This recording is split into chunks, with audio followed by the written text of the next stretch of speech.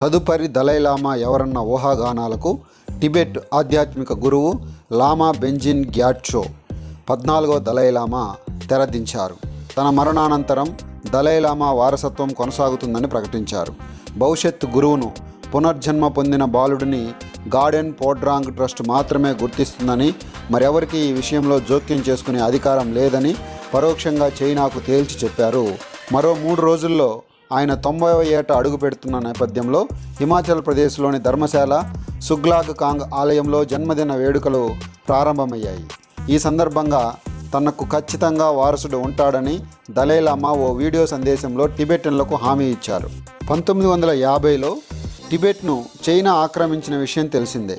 ఆ తర్వాత నుంచి భారత్లోని ధర్మశాలలో దలైలామా ఆశ్రయం పొందుతున్నారు. టిబెట్ను గుప్పిట పెట్టుకోవడానికి తమ చెప్పు చేతుల్లో ఉండే దలైలామాను వారసుడిగా ఎంపిక చేయాలని బీజింగ్ ఎప్పటి నుంచో ఉబలాట పడుతుంది.